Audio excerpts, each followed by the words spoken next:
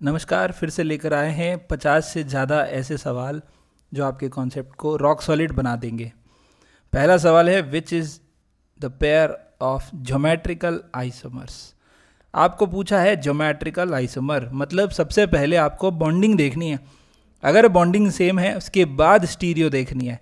तो पहला जो ऑप्शन है उसमें आप देख पा रहे हैं कि जिस कार्बन डबल बॉन्ड की हम बात कर रहे हैं, जिस पे हम ज्योमेट्रिकल चेक कर रहे हैं, उसके एक साइड Br लगा है, एक साइड CH2Cl लगा है।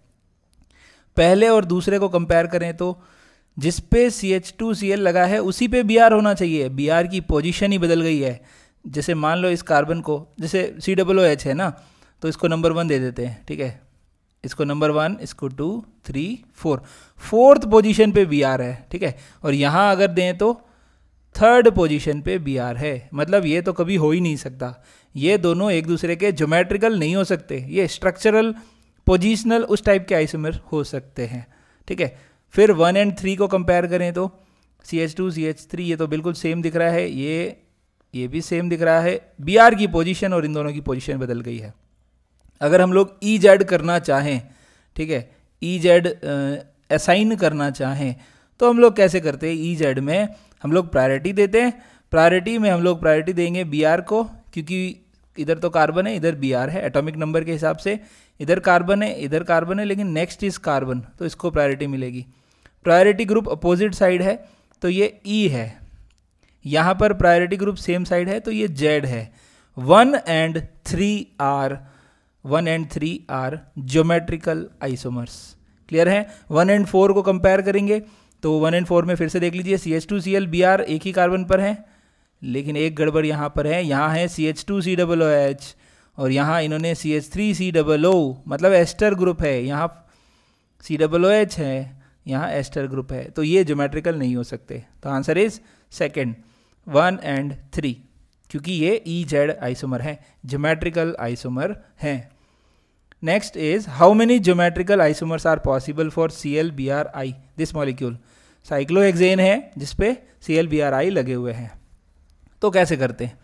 तो पहले मैं बना देता हूँ साइक्लोहेक्सेन 3-4 बार, ठीक है, 5-6 बार बना दो भले, फिर देख लेंगे सिमिलरिटी कहाँ कहाँ आ रही है। ICl और Br, सपोज कि तीनों के तीनों कहाँ पर हैं? वेज पर हैं। तीनों के तीनों वेज पर हैं, ठीक है। सपोज कि Cl डैश पर चला जा रहा है। ये थोड़ा सा यहाँ पे मैं इसको देखिए ज़रा, ऐसे कर देता हूँ, ठीक है। यहाँ पे I और यहाँ Br, ओके है।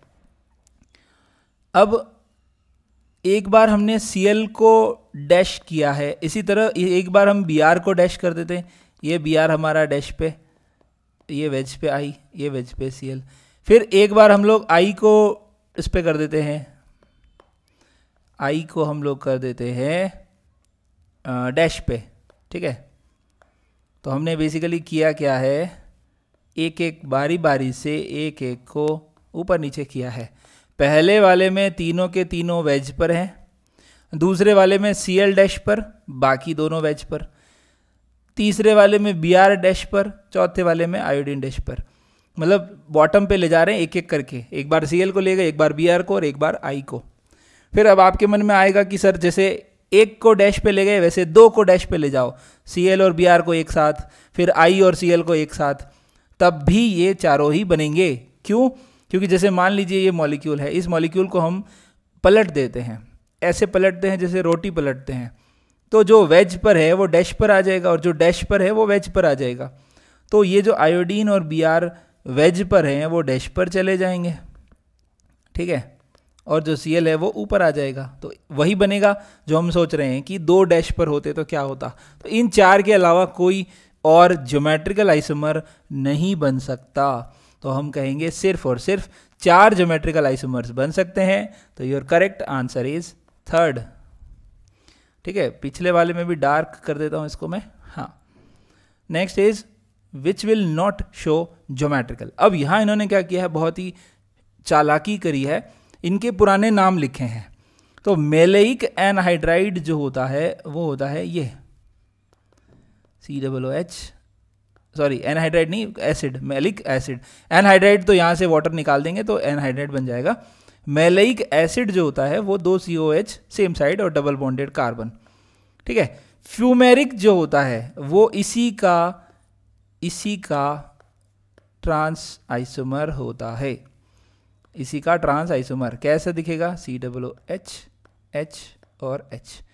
मैलिक सिस होता है, दोनों सेम साइड, और फ्यूमेरिक ट्रांस होता है। तो ये दोनों एक दूसरे के ज्योमेट्रिकल आइसोमर है। मतलब फ्यूमेरिक का एक ज्योमेट्रिकल आइसोमर होता है जिसका नाम है मैलिक, और मैलिक का एक ज्योमेट्रिकल आइसोमर होता है जिसका नाम है फ्यूमेरिक। मतलब ये दोनों ही ज्योमेट्रिकल आइसोमरिज्म शो कर रहे हैं। सिनेमिक, आपको जब मैंने ओल्ड नेमिंग, कॉमन नेमिंग बताई थी स्पेशल वाली, तब मैंने एक नाम दिया था सिन्नम। इस टर्म को बोलते हैं सिन्नम। यहाँ पे कोई भी ग्रुप हो सकता है, तो यहाँ पे कार्बन वाला एसिड है मतलब COOH है। तो अभी जो मैंने बनाया है सिनेमिक एसिड का, वो दोनों हाइड्रोजन सेम साइड हैं, तो हम कहेंगे ये सिस है।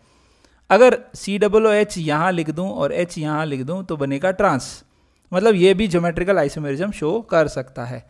और next is salicylic acid. Salicylic acid में क्या होता है, बेंजोइक एसिड के ऑर्थो पोजीशन पे जब OH लग जाता है तब हम उसको बोलते हैं सैलिसिलिक एसिड, क्योंकि यहाँ पे COOH है। यहाँ अगर CHO होता तो सैलिसिल्डिहाइड बोलते। इसमें कोई ज्योमेट्रिकल आइसोमेरिज्म शो नहीं होती, तो हम कहेंगे नॉट शो पूछा है ना, तो fourth salicylic acid can't show geometrical isomerism. अगला है विच of the following has highest number of geometrical isomers. तो मैं बताना चाहूँगा कि इसमें ये डबल बॉन्ड ज्योमेट्रिकल शो करेगा तो इसके 2 आइसोमर बनेंगे, सिस और ट्रांस। अभी कौन सा है, अभी ये सिस है या ट्रांस है? कमेंट सेक्शन में लिखकर बता सकते हैं कि ये सिस है या ट्रांस है, कौन सी फॉर्म बनी हुई है। दूसरा और एग्जिस्ट करेगा तो 2 आइसोमर होंगे, एक सिस होगा और एक ट्रांस होगा। यहाँ पे मुझे लग रहा है कि ये डबल बॉन्ड तो वैसे ही ज्योमेट्रिकल नहीं शो करते और ये भी ज्योमेट्रिकल शो नहीं कर सकते। अच्छा, ये क्यूमिलीन है। देखिए इन्होंने कितना खतरनाक खेल खेला है हमारे साथ। ये क्यूमिलीन है, ठीक है, ध्यान से देखिए बेटा। ये डबल बॉन्ड मैंने यहाँ बना दिया, फिर ये सिंगल बॉन्ड ये वाला, फिर डबल ये डबल 2 बार बना दिए, फिर ये सिंगल है, फिर ये डबल है, ठीक है। तो ये जो इवन नंबर वाली क्यूमुलिन होती है जिसको हम एलीन बोलते हैं, वो हमेशा ऑप्टिकल एक्टिव होती है, ज्योमेट्रिकल शो नहीं करती। क्वेश्चन में पूछा है ज्योमेट्रिकल आइसोमर्स के बारे में, तो इसके ऑप्टिकल होंगे, 2 ऑप्टिकल आइसोमर होंगे, लेकिन ज्योमेट्रिकल तो 0 होंगे।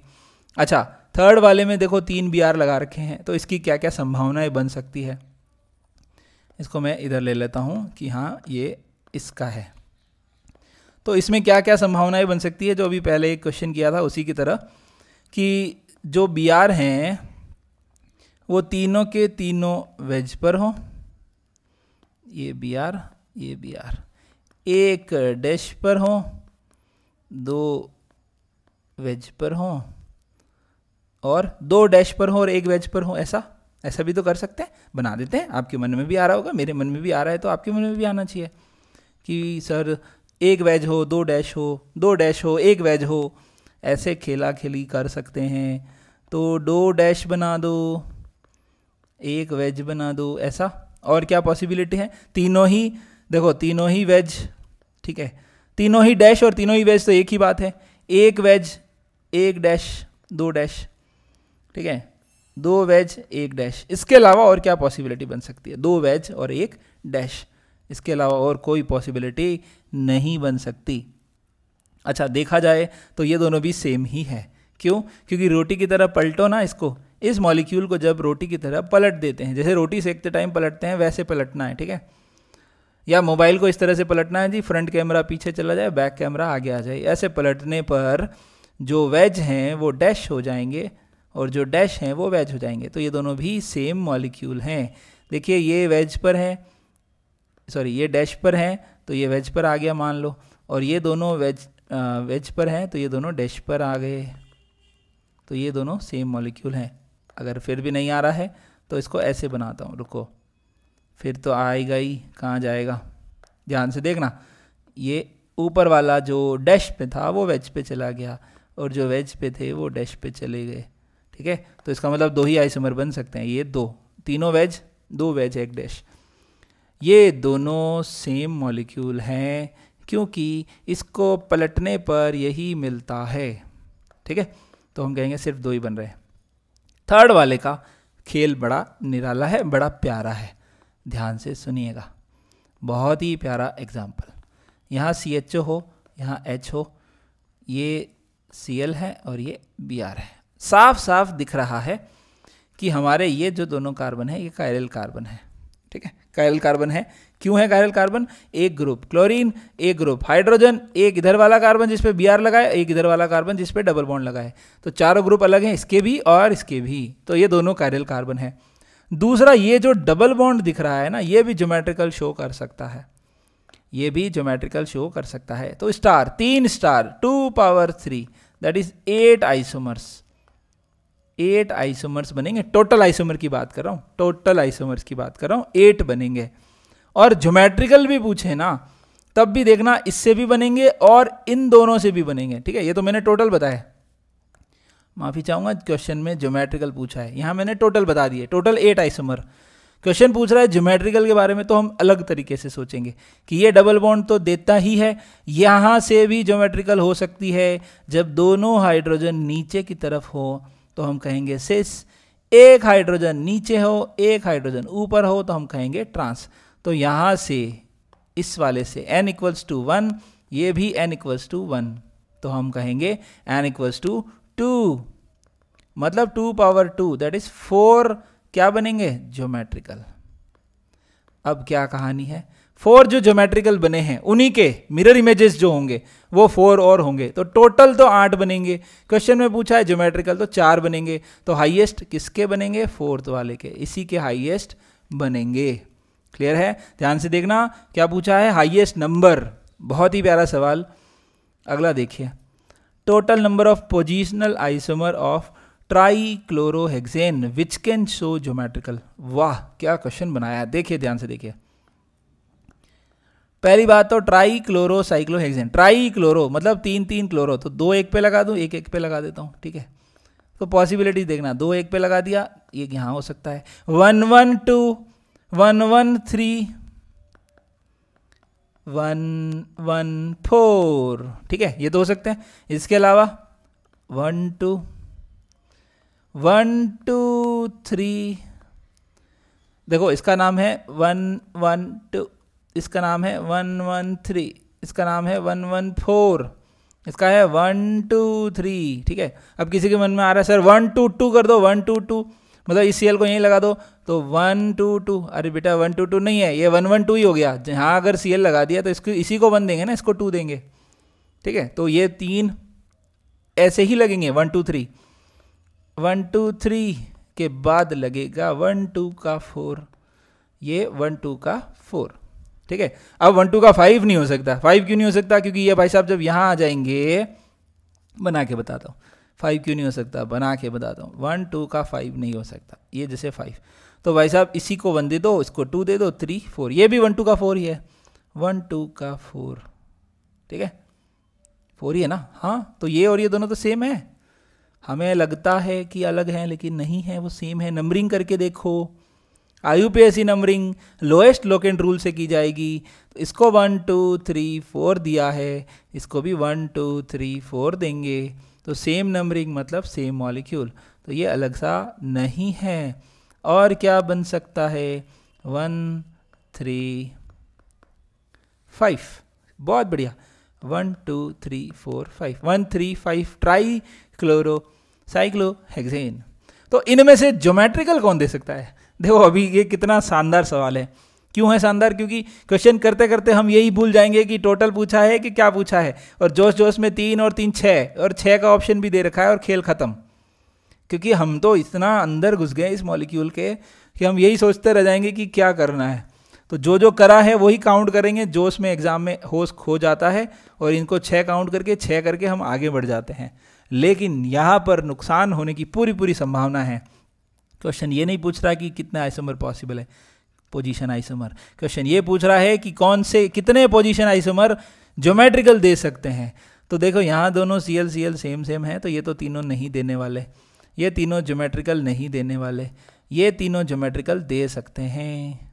तो total isomers which can give geometrical are 3, option number 2। अच्छा, यहाँ फिर से गलती करवाता है, मतलब टोटल आइसोमर जो ज्योमेट्रिकल दे सकते हैं वो कितने हैं, 3, और बच्चा 3 लगा के भाग जाता है। लेकिन 3 में तो 4 ऑप्शन दे रखा है बेटा, मतलब थर्ड ऑप्शन में 4 लिखा है, जबकि हमारा सेकंड ऑप्शन इज 3, मतलब वही कहना चाह रहा हूँ, समझ गए होंगे।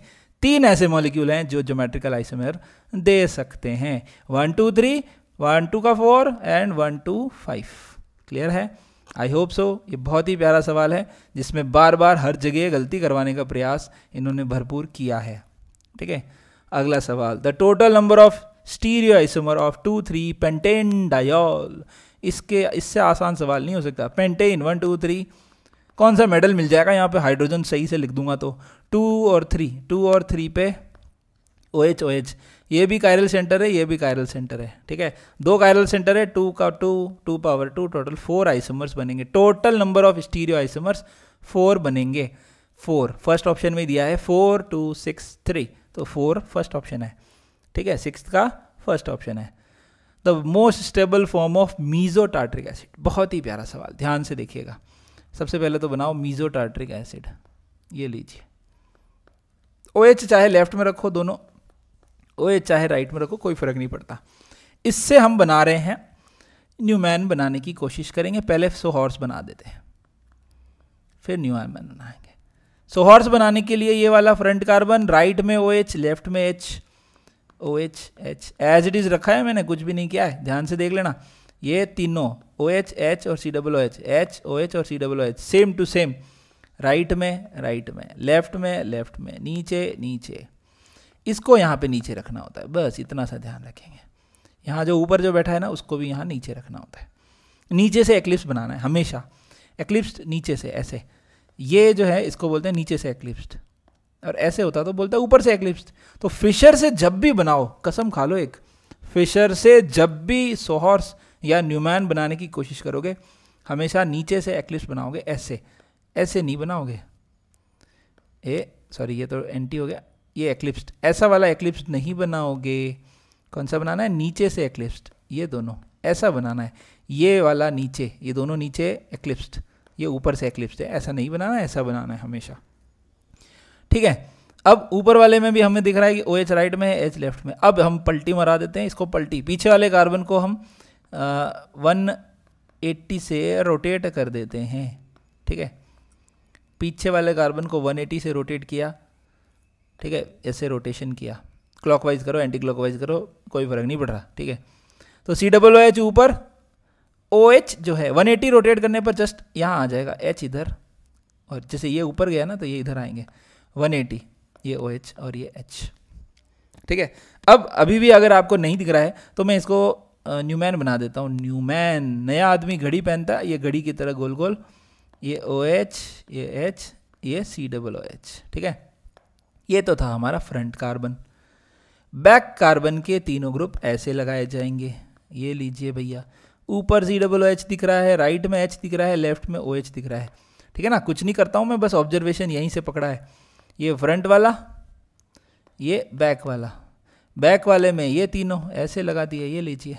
ठीक है, अब यहाँ हाइड्रोजन बॉन्डिंग होगी बहुत बढ़िया सी, यहाँ हाइड्रोजन बॉन्डिंग होगी, बहुत ही बढ़िया सी हाइड्रोजन बॉन्डिंग देखने को मिलेगी, और दोनों बड़े बड़े ग्रुप एक दूसरे के एंटी पोजीशन पे हैं, और यहाँ बहुत ही प्यारी हाइड्रोजन बॉन्डिंग देखने को मिलेगी।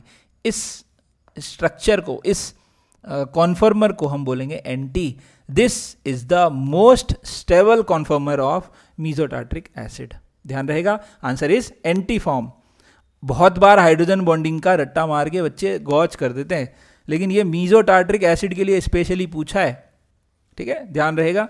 विच of the following molecule possess a plane of symmetry, POS, Br, Cl, F और H। जिस कार्बन के चारों ग्रुप अलग हों उसके अंदर प्लेन ऑफ सिमेट्री कभी नहीं हो सकती। और पिछले वीडियो में हमने कहा था ये दोनों ऐसे हैं। अच्छा, इसमें क्या लफड़ा है, यहाँ पे इन्होंने तो चेयर फॉर्म बना दी, बहुत बारी ऐसे बनाते, ऐसे ट्रांस है ये दोनों, है ना, Cl और Br। मुझे कैसे पता चला ये ट्रांस है? ये अभी इक्वेटोरियल है, ठीक है। इक्वेटोरियल जब फ्लिप होता है तो बनता है एक्सियल। तो यहाँ आ जाएगा Cl और यहाँ Br। अब देखो ये दोनों एक दूसरे के ट्रांस दिख रहे हैं क्या? देखो ध्यान से, Br और Cl एक दूसरे के अपोजिट दिख रहे हैं क्या? ट्रांस है ना? हाँ, तो ये ट्रांस है।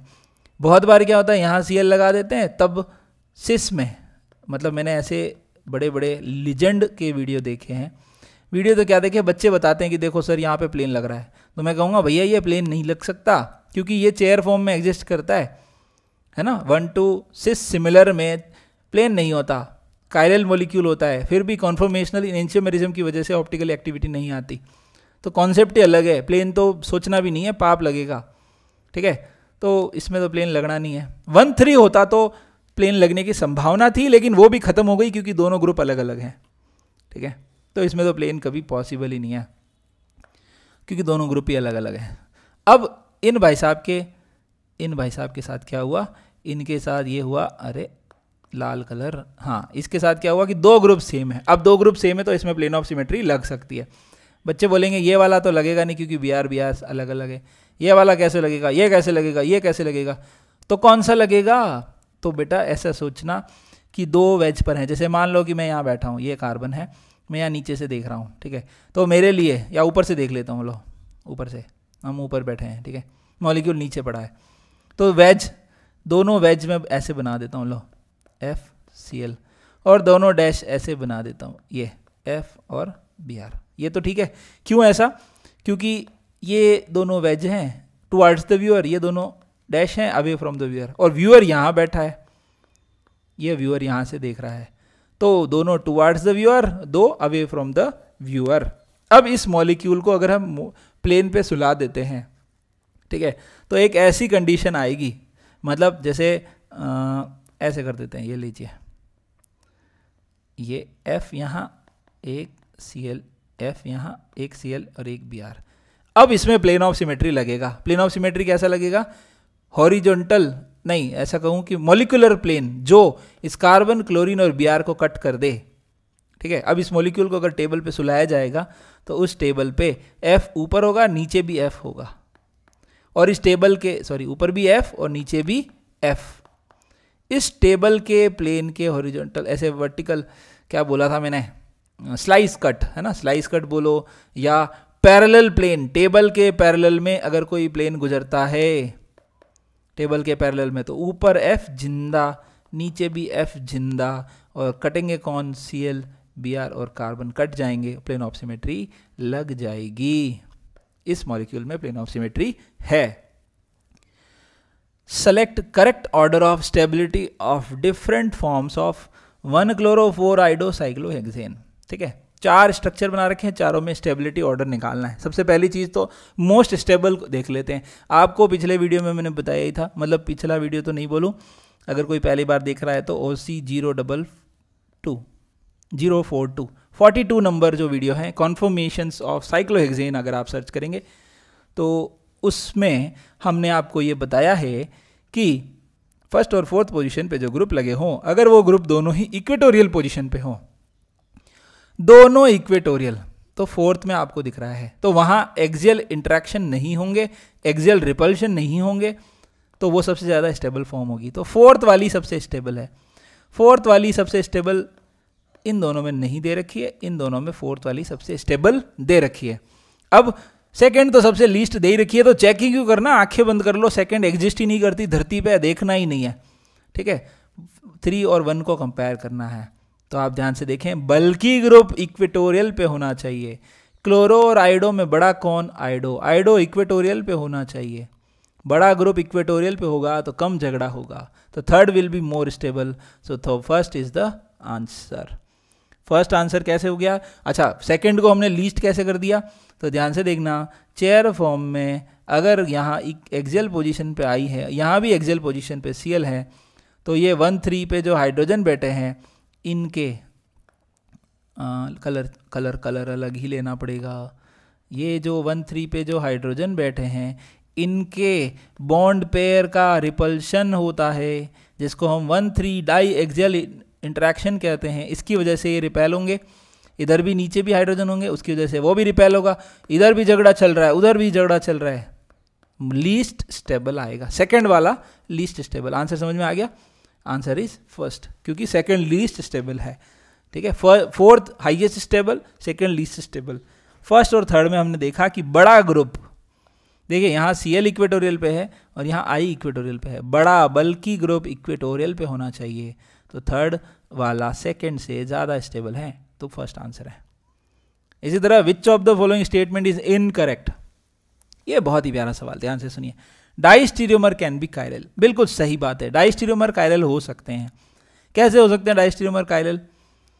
देखिए जरा, ये दोनों एक दूसरे के डाइस्टीरियोमर हैं क्या? COOH CH3, ये लो जी, ये दोनों एक दूसरे के डाइस्टीरियोमर है। आपको मैंने बताया था, क्या बताया था? मैंने आपको बोला था कि इरिथ्रो और थ्रियो दोनों एक दूसरे के डाइस्टीरियोमर होते हैं। ये इरिथ्रो है, देखो दोनों सेम साइड, ये थ्रियो है, एक इधर एक इधर, ये टी ऐसे, इरिथ्रो, ये इरिथ्रो और थ्रियो एक दूसरे के डाइस्टीरियोमर होते हैं, ये भी कायरल है, ये भी कायरल है। मीजो का भी डाइस्टीरियोमर जो है वो भी कायरल होता है, मतलब मान लो ये मीजो होता ना, ये मीजो है, इसका डाइस्टीरियोमर होता ये इसका डाइस्टीरियोमर है, ठीक है, ये दोनों एक दूसरे के डाइस्टीरियोमर है। ये मीजो है, ये कायरल नहीं है, पर ये डाइस्टीरियोमर कायरल है, मतलब डाइस्टीरियोमर कैन बी कायरल, बिल्कुल सही बात है, बहुत ही सही स्टेटमेंट, ठीक है। डाइस्टीरियोमर कैन बी अकायरल, ये भी सही स्टेटमेंट है। क्यों? क्योंकि मीजो, जैसे इसका जो मीजो है ना, अभी तो बनाया था, दोनों ही बनाई देता हूँ, लो बने हुए ही रखूँगा, ठीक है, मिटाऊंगा नहीं। ये दोनों जो दिख रहे हैं, ये दोनों एक दूसरे के डाइस्टीरियोमर हैं। इसको देख के बोलेंगे किसी का डाइस्टीरियोमर एक आयरल हो सकता है क्या? हाँ हो सकता है, ये एक आयरल है। इसको देख के बोलेंगे किसी का डाइस्टीरियोमर कायरल हो सकता है? हाँ हो सकता है, ये कायरल है, और दोनों एक दूसरे के डाइस्टीरियोमर हैं। एक इरिथ्रो है और एक थ्रियो है, तो दोनों स्टेटमेंट सही है। Enantiomer have similar physical and chemical properties, always नहीं है भैया, ऑलवेज नहीं है। अच्छा ये स्लाइड भी खुली हुई है, तो यही मैं आपको बता देता हूँ, 42 नहीं, कौन सा वीडियो था? प्रॉपर्टीज़ वाला, ये रहा, प्रॉपर्टीज़ ऑफ स्टीरियोआइसोमरिज्म। इसके अंदर हमने ये देखा, ये 39 नंबर, इसमें हमने डिस्कस किया था प्रॉपर्टीज़ ऑफ इनेंशियोमर्स। इसमें हमने कहा था सेम केमिकल सेम फिजिकल, यहाँ तक ठीक है, बट ये बात याद रखनी है, reactivity towards optical active compound different होती है, बायोलॉजिकल एक्टिविटी डिफरेंट होती है। इसका मतलब ऑलवेज नहीं बोल सकते। केमिकल प्रॉपर्टीज़ में केमिकल रिएक्शन का जो स्पीड है वो अलग अलग हो सकता है, तो ऑलवेज नहीं बोल सकते। Presence of plane of symmetry confirm optical inactivity, ये बात बिल्कुल सही है। तो आपको इनकरेक्ट पूछा है, थर्ड वन इज इनकरेक्ट, ध्यान रहेगा। which type of isomerism is shown by 2,3-dichlorobutane, meth eth prop but 2,3-डाइक्लोरो, यहाँ पे हाइड्रोजन, यहाँ पे हाइड्रोजन, आगे कुछ बोलने की जरूरत नहीं। ये दोनों कायरल कार्बन हैं, कायरल कार्बन से ऑप्टिकल आइसोमेरिज्म आ जाएगा। टॉटोमेरिज्म हो नहीं सकती, ज्योमेट्रिकल हो नहीं सकती, सिंगल बॉन्ड है, सिंगल बॉन्ड में फ्री रोटेशन होता है, ज्योमेट्रिकल नहीं हो सकती। फंक्शनल ग्रुप कोई बदल ही नहीं सकता, सिर्फ और सिर्फ ऑप्टिकल आइसोमेरिज्म पॉसिबल दिख रही है, ठीक है। Increasing order of stability among the 3 main conformation of two fluoroethanol, two fluoroethanol, meth eth, ये OH और ये fluoro, okay okay okay okay, 2 carbon है, दोनों पे हाइड्रोजन लगाने हैं, ओके। हम लोग डायरेक्टली वो बना देते हैं, पहले तो ये बनाता हूँ ताकि आपके दिमाग में ये रहे कि ये फ्लोरो है, ये OH है, ये H है, ये H है, ये H है, ठीक है। इसके मैं 3 बना देता हूँ, ये लीजिए 1, ये 2 और 3, ओके। ध्यान से देखिए, फ्लोरीन और OH एक दूसरे के बिल्कुल एंटी पर है, इसको हम बोल रहे हैं एंटी। फ्लोरीन और OH एक दूसरे के एक्लिप्स्ड फॉर्म में है, ये लीजिए एक्लिप्स्ड, ठीक है। और फ्लोरीन और OH एक दूसरे के गॉच फॉर्म में है, ठीक है। ये 3 फॉर्म हो गई, ये है गॉच। तो गॉच फॉर्म में क्या होगा कि यहाँ हाइड्रोजन बॉन्डिंग होगी, ये O, ये H और ये रही हाइड्रोजन बॉन्डिंग। इस हाइड्रोजन बॉन्डिंग की वजह से गॉच सबसे ज़्यादा स्टेबल होगी, इग्नोर, गॉच सबसे ज़्यादा स्टेबल फॉर्म होगी। तो इंक्रीजिंग पूछा है, तो हाईएस्ट गॉच किस में लिखा हुआ है? ये रहा गॉच हाईएस्ट। गॉच के बाद एंटी, क्योंकि यहाँ दोनों दूर दूर हैं, झगड़ा कम है, यहाँ बिल्कुल पास है तो ज़्यादा झगड़ा है, ज़्यादा रिपल्शन से एक्लिप्स सबसे पीछे। Answer is third. 12th वाले का क्या आंसर है? Third. The unusually stable 3-membered unsaturated compound feast acid was found to be chiral in nature.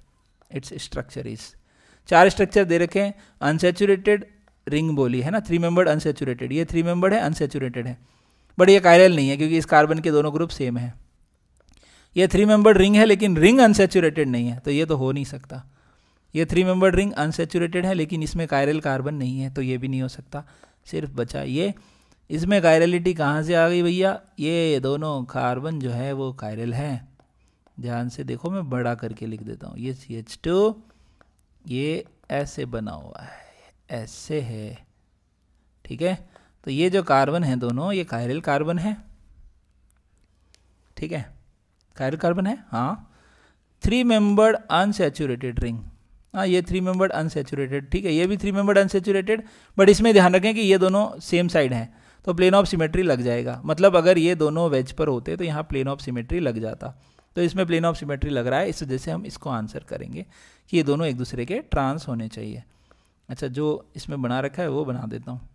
इसको डैश बनाया, इसको वेज बनाया, ठीक है, जूम करके दिखा देता हूँ। ये देखिए, यहाँ डैश दिख रहा है, यहाँ वेज दिख रहा है, ठीक है। अगला सवाल, विच of the following depict the same stereo isomer?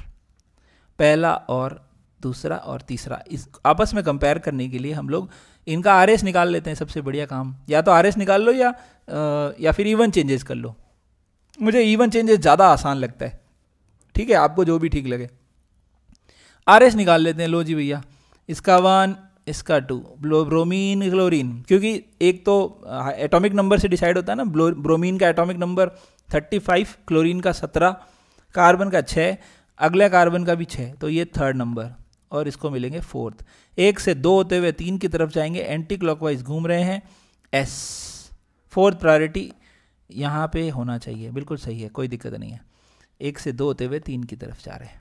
ध्यान से देखेंगे फिर से, ब्रोमीन का 1, क्लोरीन का 2 और इसका 3, और ये 4th। 1 से 2 होते हुए 3 की तरफ जाएंगे, ये भी S, ये भी S। अगला देखिए फिर से, ब्रोमीन को 1, क्लोरीन को 2, इथाइल को 3, मिथाइल को 4। 1 से 2 होते हुए 3 की तरफ जा रहे हैं, R। 1 से 2 होते हुए 3 की तरफ जा रहे हैं, R, लेकिन 4th priority group horizontal line पे है, इसलिए हम R का करेंगे S। तीनों ही S हैं, और अगर तीनों ही S हैं मतलब तीनों ही क्या हैं? सिमिलर हैं। Depict the same stereo isomer, तीनों ही सेम चीजें हैं। 1, 2 एंड 3, आंसर इज 4th। अगला सवाल, the total number of chiral centres present in the artificial sweetener aspartame R।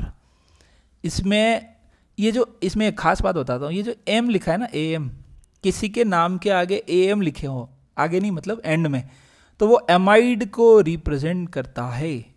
ध्यान से रखना, कभी भी कोई भी दवाई ले रही हो तो AM अगर लास्ट में लिखा है तो समझ लेना कि उसमें एमाइड ग्रुप जरूर होगा ही होगा, ठीक है। पुरानी नेमिंग है, वैसा मत सोचना कि IUPAC में तो सर प्रायोरिटी एस्टर को मिलनी चाहिए थी तो OAT लिखना चाहिए था, यहाँ भी एस्टर है, बट हाँ ये AM जो है वो मेन फंक्शनल ग्रुप के अलावा दूसरा फंक्शनल ग्रुप हो सकता है। और इस मॉलिक्यूल की प्रॉपर्टी, हमारे जो भी हम लोग आर्टिफिशियल चीज़ें यूज़ करते हैं, चाहे वो फर्टिलाइज़र हो, चाहे वो कोई स्वीटनर हो, चाहे कोई भी इंडस्ट्री, डाई इंडस्ट्री हो, सब में नाइट्रोजन कंटेनिंग कंपाउंड्स हम लोग यूज़ करते हैं, ठीक है। ये तो थी दूसरी बात।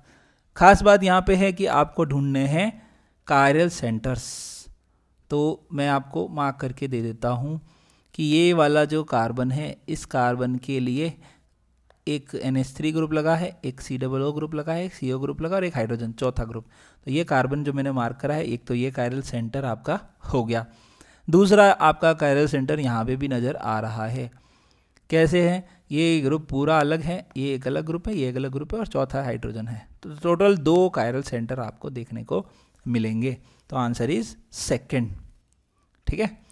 अगला, विच पेयर इज आइडेंटिकल?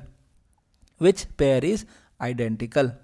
ध्यान से देखने पर पता चलेगा, जो फर्स्ट वाला मॉलिक्यूल है, बच्चे क्या करते हैं गड़बड़, बच्चे ये करते हैं कि देखते हैं मिरर इमेज। अरे बेटा मिरर इमेज से पहले ये तो देखो कि मॉलिक्यूल ऑप्टिकल एक्टिव है या नहीं। तो जो फर्स्ट वाला मॉलिक्यूल है उसमें आप मिरर इमेज करोगे तो खेल खत्म हो जाएगा आपका। आप ये देखिए यहाँ भी मिथाइल है, यहाँ भी मिथाइल है, यहाँ भी मिथाइल है और यहाँ भी मिथाइल है। इसका मतलब ये मॉलिक्यूल ऑप्टिकल एक्टिव ही नहीं है, और एक्टिव नहीं है तो क्या खाक मिरर इमेज होगी उसकी। तो यही मॉलिक्यूल आइडेंटिकल हो गए, दोनों ही मॉलिक्यूल एक दूसरे के आइडेंटिकल हैं, क्योंकि ऑप्टिकल एक्टिविटी नहीं है तो मिरर इमेज तो वैसे ही सुपर इम्पोज हो जानी है एक दूसरे पे। ठीक है, तो ये दोनों एक दूसरे के आइडेंटिकल है। आंसर तो आ ही गया। बाकी मॉलिक्यूल्स को भी हम लोग देख लेते हैं कि वो आइडेंटिकल क्यों नहीं हो सकते। क्योंकि देखो यहाँ Br ET और D लिखा हुआ है। ठीक है, Br ET और D इसमें नीचे की तरफ है, तो इस वाले मॉलिक्यूल को हम लोग 180 रोटेट कर देते हैं। 180 रोटेट करने पर प्लेन ऑफ द पेपर पे, तो प्लेन ऑफ द पेपर पे रोटेट करने पर ये इधर, ठीक है, Me ऊपर, OH लेफ्ट में था, राइट में आ जाएगा, H इधर आ जाएगा। अब ध्यान से देखो, इन दोनों को कंपेयर करोगे ना तो OH Br राइट में है, अच्छा यहाँ OH ET है। ठीक है, तो एक बार और करना पड़ेगा, एक बार और क्या करना पड़ेगा, इवन चेंजेस करने पड़ेंगे। Me H और OH इनको तो एज इट इज़ रख देता हूँ, और नीचे वाले कार्बन पे इवन चेंज कर रहा हूँ। Br को ला रहा हूँ लेफ्ट में, ठीक है, इवन चेंज कैसे करेंगे, Br को लाऊंगा लेफ्ट में, ET को नीचे, तो Br यहाँ, ET को इधर लाऊंगा तो D नीचे आ जाएगा। या कैसे भी करके अगर आप चेंज करने की कोशिश करेंगे, मैं फिर से दूसरे तरीके से कर रहा हूँ, Br को ला रहा हूँ D की जगह, ये लीजिए, अरे Br को लाया यहाँ तो D लाया नीचे, तो D आया इधर, ET आया नीचे। अब देखिए ध्यान से, इस D Br और ET, D Br और ET ये तीनों सेम कॉन्फ़िगरेशन रख रहे हैं, जबकि यहाँ कॉन्फ़िगरेशन बदल रहा है। ये दोनों एक दूसरे के डाइस्टीरियोमर हैं, आइडेंटिकल नहीं है। क्या रिलेशन है दोनों का, डाइस्टीरियोमर्स हैं। ठीक है, अगला मॉलिक्यूल ध्यान से देखेंगे, CHO। ओहो, इसको भी पलटी मारनी पड़ेगी क्या, कितना काम करवाओगे। CH2OH, जो लेफ्ट में थे वो राइट में, जो राइट में थे वो लेफ्ट में। पर हाँ ध्यान रहे, CHO से यहाँ क्रॉस करना है, मतलब इस H और इस OH को क्रॉस करना है, इस OH और इस H को अपनी जगह बदलनी है, तो OH H। ठीक है, पेपर घुमा लो, कॉपी घुमा लो, कंप्यूटर की स्क्रीन तो घुमा नहीं पाओगे, तो इसलिए मैं तरीका बता रहा हूँ, वो ध्यान से सुनेंगे। ठीक है ना, देखना क्या, जैसे CHO को यहाँ ले गए, इन दोनों को बदला था आपस में, CH2OH और CHO को आपस में बदल दिया, ये OH और H को आपस में बदल दो, यहाँ H आएगा। ठीक है, इसी तरह इस OH और H को बदल दो, तो OH नीचे, H ऊपर, यहाँ OH और उधर H। अब ये भी आपस में क्रॉस करोगे तो एक दूसरे के साथ क्रॉस में यही रहेंगे, ये भी सेम ही रहेंगे।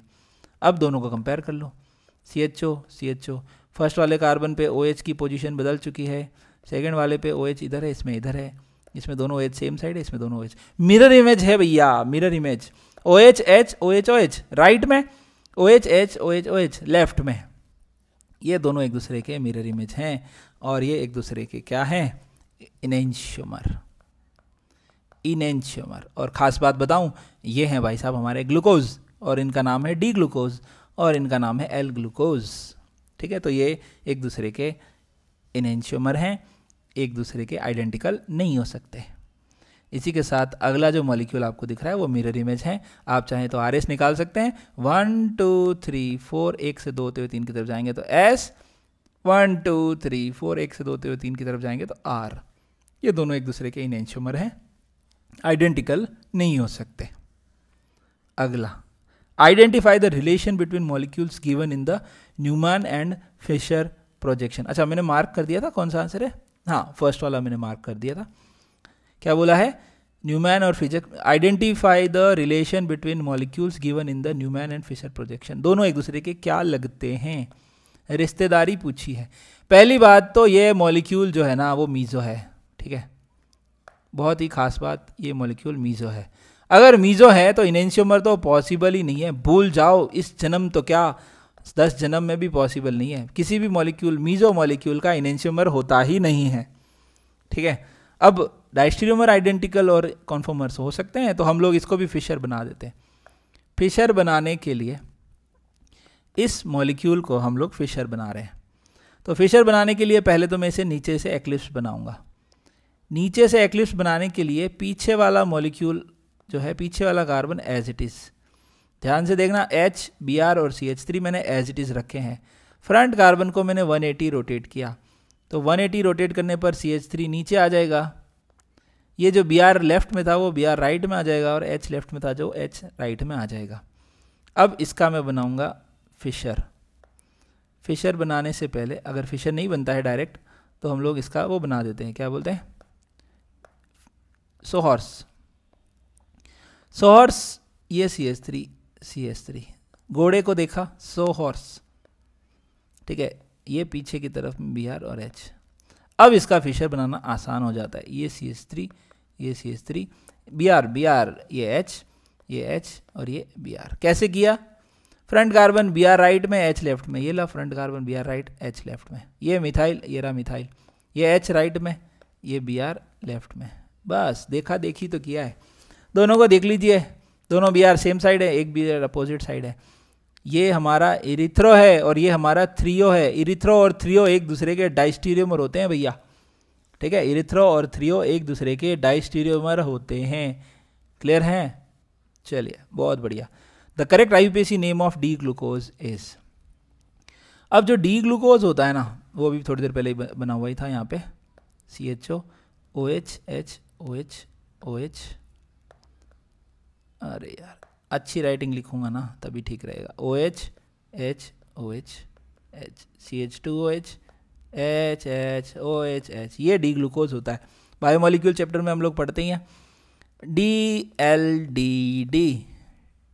DLDD, अगर ये इन्होंने ऐसे ही बनाया है जानबूझ के कि ऐसे नाम लिखना ही है, तो DLDD देख लो, DLDD, अरे DDLJ नहीं कह रहा मैं, हाँ DLDD, ये लो ख़त्म, टाटा बाय बाय।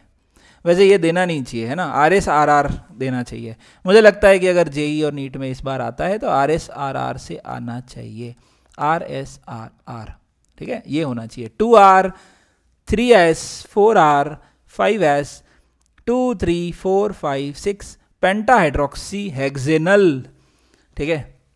देखो ये वाला ऑप्शन तो वैसे हट गया था, L चाहिए ना, एल्डिहाइड का L तो चाहिए ही चाहिए, और पेंटाहाइड्रोक्सी भी चाहिए, तो ये तो हट गया था, ये तीनों बचे थे और इन्होंने खेल बिगाड़ दिया, ठीक है। 2 3 4 5 6 यहाँ पे सारे ओरिएंटेशन नहीं है। किसी बच्चे के मन में आए कि सेकंड वाला क्यों नहीं हुआ, तो सेकंड वाले में 2 3 4 5 6 से जो D दिया है ना, वो सिर्फ लास्ट वाले का OH का बता रहा है, बाकी सबका नहीं बता रहा है, इस वजह से नहीं है वो, ठीक है। ओके, ऑप्शन के हिसाब से हमने अपना दिमाग लगा लिया। विच of the following species will be optically active, क्या कहना चाह रहे हैं, ऑप्टिकली एक्टिव आपको चेक करना है। तो देखो डबल बॉन्ड है तो ये ज्योमेट्रिकल देता है भैया, ये तो ज्योमेट्रिकल देता है। ये जो है कायरल तो है, लेकिन पिरामिडल, स्पेलिंग सही लिखनी पड़ेगी भैया, पिरामिडल इन्वर्जन की वजह से, पिरामिडल इन्वर्जन की वजह से मॉलिक्यूल क्या है, inactive, optically inactive. Pyramidal inversion की वजह से मॉलिक्यूल क्या है, ऑप्टिकली इनएक्टिव।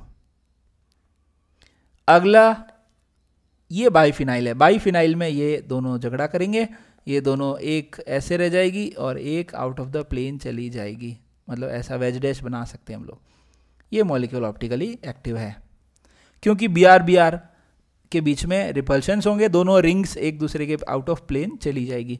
मतलब एक रिंग तो टेबल पे रह गई, जैसे मान लो ये ऐसे, हाँ मान लो रह गई यहाँ पे, और दूसरी रिंग ऐसे आ जाएगी, ऐसे ऐसे।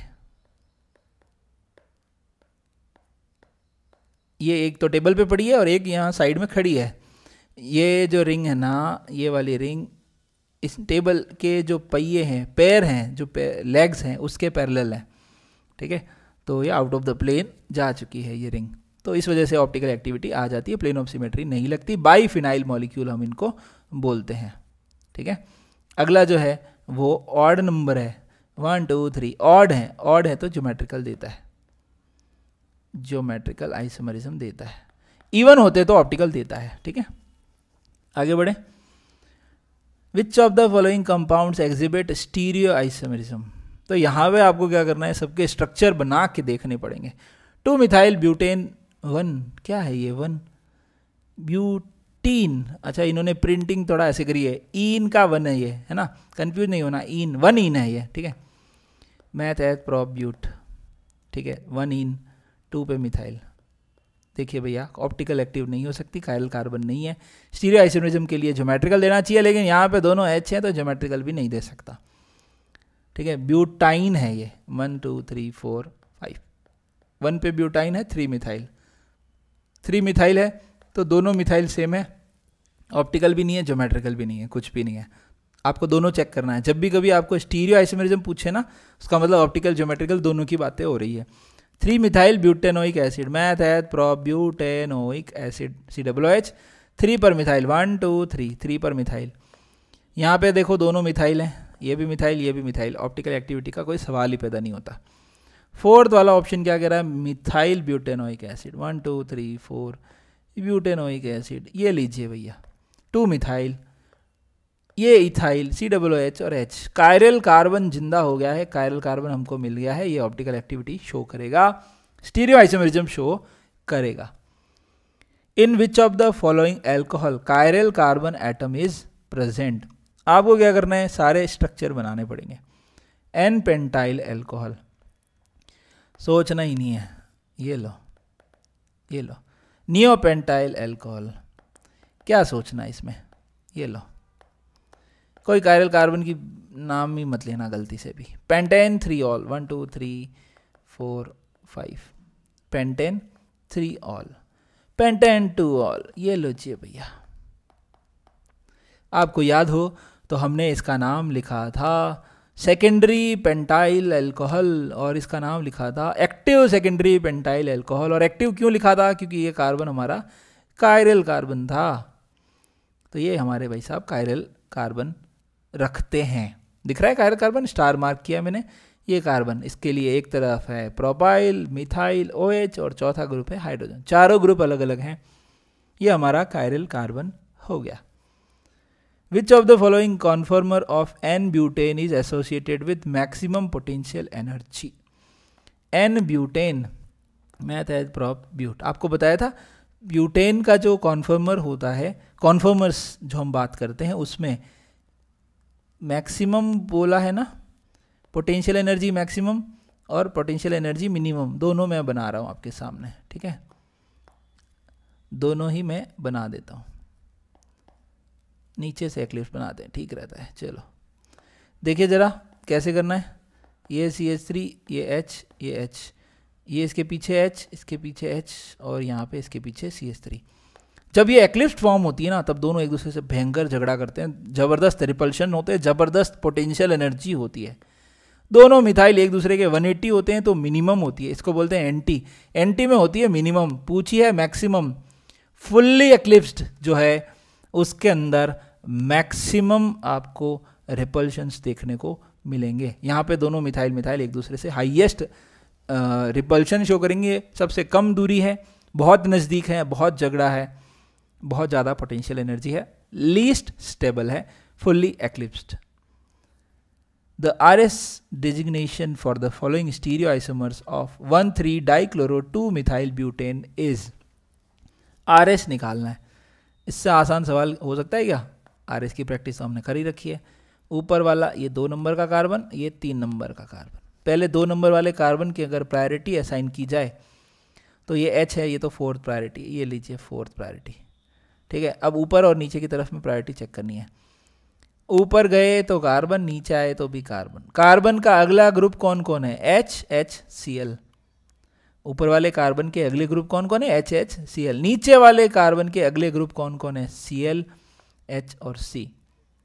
मतलब अगर इसको मैं ऐसे जमाऊँ HCCl तो HHCl और HCCl, तो कार्बन एक्स्ट्रा आ गया इसमें, नीचे वाले कार्बन को फर्स्ट प्रायोरिटी मिलेगी, ऊपर वाले को सेकेंड, थर्ड इसको मिलेगी, फोर्थ इसको हमने दे ही दी है। 1 से 2 होते हुए 3 की तरफ जाएंगे, एंटी क्लॉकवाइज घूमेंगे, लेकिन 4th priority group away from the viewer नहीं है। 4th प्रायोरिटी हॉरिजॉन्टल पे होता है तो हम आंसर को रिवर्स कर देते हैं। अगला में हम लोग यहाँ से फिर से 4th ब्लू कलर में ही दिखाऊंगा भैया, फोर्थ 1 क्लोरीन पे 1, ऊपर वाले कार्बन को 2, नीचे वाले को 3, 1 से 2 होते हुए 3 के 4 है, एस का हम यहाँ भी आर करेंगे, तो दोनों ही आर हैं, दोनों ही पार हैं। ठीक है, अगला, विच of the following will not show geometrical isomers. तो देखिए भैया ज्योमेट्रिकल नहीं देगा। देखिए एन डबल बॉन्ड एन, ये ऊपर जो भी ग्रुप है CH2, ये CH3, ये दोनों लॉन पेयर, ये हम कहेंगे सिन, इसका एंटी भी बन सकता है। तो ये नाइट्रोजन की वजह से मार्क कर देता हूँ, नाइट्रोजन की वजह से शो करेगा।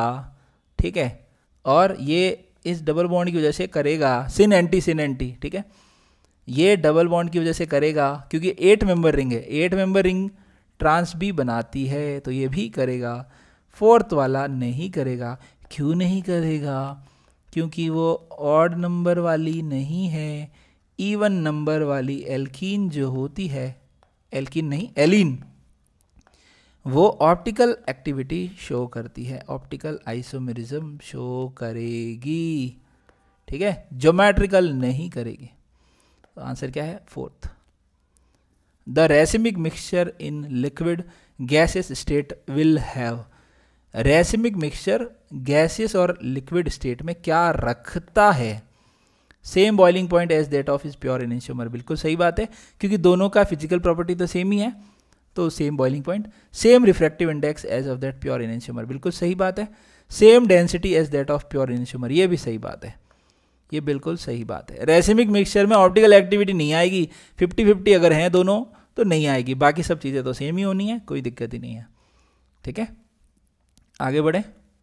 25 का फिफ्थ थियोरेटिकल क्वेश्चन था, true statement regarding the given molecule is, this is optically inactive. पहला स्टेटमेंट क्या कर रहा है? Optically inactive. भाई साहब ये इनएक्टिव हो सकता है क्या? प्लेन ऑफ सिमेट्री लग रहा है क्या कहीं से? ये OH, यहाँ पे OH इधर है, तो ऑप्टिकल एक्टिविटी तो है। तो ये स्टेटमेंट जो है वो क्या पूछा है? ट्रू स्टेटमेंट है ना, ये ट्रू नहीं है, ये क्या है?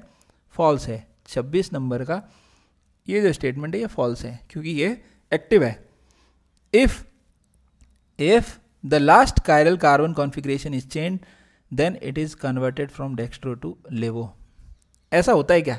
डेक्स्ट्रो और लिवो जो होता है ना, वो प्रैक्टिकल पॉसिबिलिटी होती है। अगर खाली इसी का बदल देंगे ना तो डाइस्टीरियोमर बनेगा, इनेंशियोमर थोड़ी बनता है। डेक्स्ट्रो और लिवो जो होते हैं ना वो एक दूसरे के इनेंशियोमर होते हैं।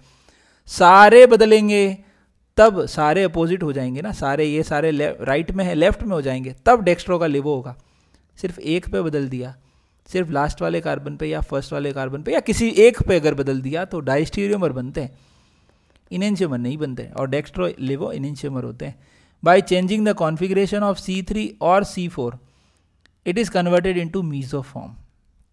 C3 और C4 बिल्कुल सही बोला है। देखो मैं इसको 1 देता हूँ, इसको 2 देता हूँ, इसको 3 देता हूँ। ये OH अगर इधर आ जाएगा तो प्लेन ऑफ सिमेट्री लग जाएगी, सही बात है। और अगर ये OH इधर आ जाएगा तब भी प्लेन ऑफ सिमेट्री लग जाएगी। ध्यान से देखना कैसे लग जाएगी।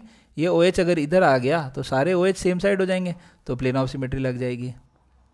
लेकिन अगर ये OH इधर आ गया, ये इधर, कौन सा किधर आया है उसको मैं येलो में मार्क कर देता हूँ, रुको। 3 और 4 वाले की बातें हो रही हैं, है ना। आपको अभी दिख जाएगा, ये लीजिए जो येलो में मार्क किया वो इधर उधर हुआ है। थर्ड वाला अगर राइट में आ जाएगा तो ये प्लेन ऑफ सिमेट्री लग गई। फोर्थ वाला अगर लेफ्ट में आ जाएगा तो भी प्लेन ऑफ सिमेट्री लग जाएगी। तो ये बिल्कुल ट्रू स्टेटमेंट है। It's all diastereomer have 0 optical rotation, ये फॉल्स, क्योंकि ऑप्टिकल एक्टिविटी तो होगी, मीजो थोड़ी है सारे के सारे। ठीक है, अगला देखते हैं।